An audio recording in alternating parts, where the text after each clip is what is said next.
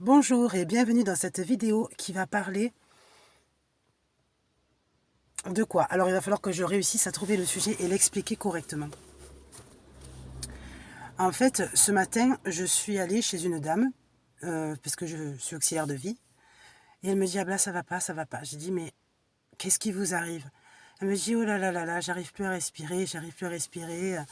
Je sais que je fais des examens pour les poumons et pour etc., etc. Mais là vraiment, je sens que j'arrive pas à respirer, je suis pas bien. Donc ce matin, je vais aller au rendez-vous chez le médecin». J'ai dit, je la regarde et je lui dis: écoutez, je vais vous dire quelque chose, je suis qu'auxiliaire de vie, je ne suis pas médecin, mais je peux vous dire que c'est toutes les peines que vous avez accumulées dans votre vie qui sont en train de vous étouffer. Donc il faut que vous réussissiez à vous débarrasser de toute cette peine personnelle. Je sens qu'elle ne me donne pas tort. D'accord? Je sens que dans son fond, elle ne me dit pas, pas du tout, c'est parce que c'est mes poumons, c'est comme ça. Non, elle ne me donne pas tort. Donc moi, comme je suis convaincue dans ce que je suis en train de dire, parce que je l'ai perçu, c'est-à-dire que la façon comme elle a dit, je me suis dit, c'est ça en fait la fille, mais elle n'est pas au courant. Donc je suis restée sur cette pensée, et je me suis dit, la peine est en train d'étouffer, et je me suis rendu compte qu'on était dans une période où ce sont les peines qui sont reines. Et du coup, je suis allée encore plus loin, je me suis dit, en fait, la vie, c'est la peine. La vie, c'est la peine. C'est-à-dire que la peine, ça ne veut pas dire de ne pas être joyeux. Ça veut dire que c'est la peine qui organise la joie. Ça veut dire que tout est la peine. Mais cette peine, en fait, elle prend plusieurs allures, plusieurs métamorphoses. Elle peut être autant bénéfique que maléfique. Mais tant qu'on comprend qu'en fait, c'est que la peine qui gère tout. D'accord, si par exemple je dis je dois marcher longtemps et puis je veux que mon corps soit facilité pour que je puisse aller d'un point à un autre, et que j'utilise le sens de la peine, je vais comprendre que c'est la peine qui m'entoure et donc je vais nager dans cette eau. Si par exemple j'ai du mal à faire quelque chose alors que je suis seule, je vais comprendre qu'en fait c'est la peine qui m'accompagne. D'accord? Donc ça veut dire que ça ne veut pas dire de pleurer. La faim. La faim, normalement, c'est elle qui doit alimenter la peine. Ce n'est pas l'alimentation de devoir avoir des fruits et légumes, etc., etc. Après, c'est la peine qui offre le repas à table, c'est-à-dire avec l'endurance qu'on a établie. Toutes les sensations qu'on ressent, en fait, c'est la peine. Et quand on recherche la peine inconsciemment, bien, on se crée soi-même des problèmes. C'est là que le problème, en fait, il intervient. C'est parce qu'en fait, on n'a pas conscience que c'est la peine. Donc, on recherche quelque chose de divin, sacré, source, racine de la vie, etc., etc. Et on y retrouve en vérité quoi? La peine. Donc, on se crée des problèmes pour rien. Pourquoi souvent on est attiré par les personnes qui nous font de la peine plutôt que le contraire? C'est pas pour rien.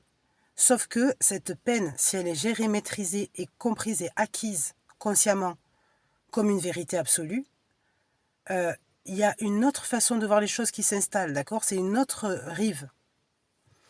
Moi, ce que je peux dire, c'est que la peine, elle existe depuis la naissance, elle existe jusqu'à la mort. C'est elle qui va gérer l'orientation des vies de chacun. C'est elle qui va permettre de comprendre les comportements de chacun. Parce que la peine, c'est l'intelligence. D'accord? Donc ça veut dire que la peine et l'intelligence sont un. C'est la même chose. Cette intelligence donc de vie, de chemin, de façon de faire, etc., la science de la vie, c'est la peine. D'accord? Donc cette peine, nous on la traduit par le sentiment, par l'expression des pleurs, des larmes. Mais il faut comprendre que ce n'est pas que. Nous on l'a traduit par cette version, mais en fait c'est pas que, parce que c'est tout. D'accord? Tout ce qui est. Donc, automatiquement, tout ce qu'on est en train de faire, ça s'appelle la peine, que la peine le veuille. Ça veut dire que si par exemple, la journée, elle se passe comme la peine le veut qu'elle se passe.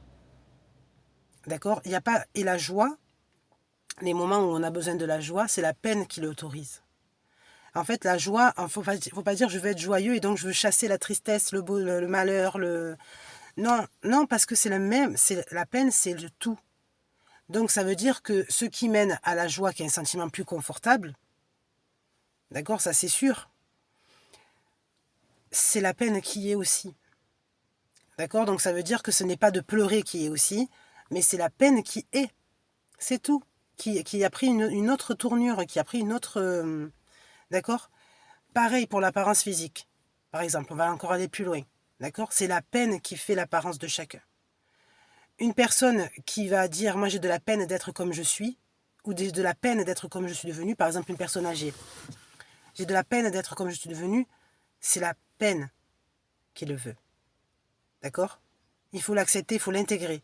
C'est-à-dire que si cette peine, elle décide de te mener vers des kinés, vers un séjour de vacances, vers des moments...